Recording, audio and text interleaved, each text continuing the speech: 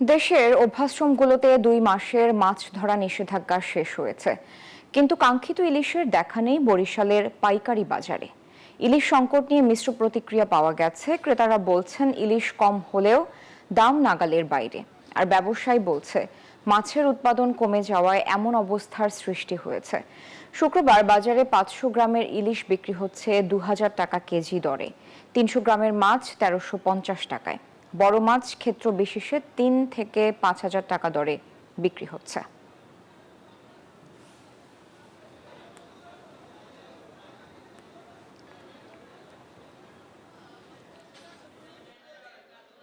এখানে একটা সিন্ডিকেট তৈরি করে তারা মাছ সিন্ডিকেট করে ক্রেতাদের দিচ্ছে না, দাম হাই করছে। ইলিশ মাছ জিজ্ঞেস করলাম অনেক বেশি দাম। ইলিশ মাছের দাম প্রচুর, অনেক দাম।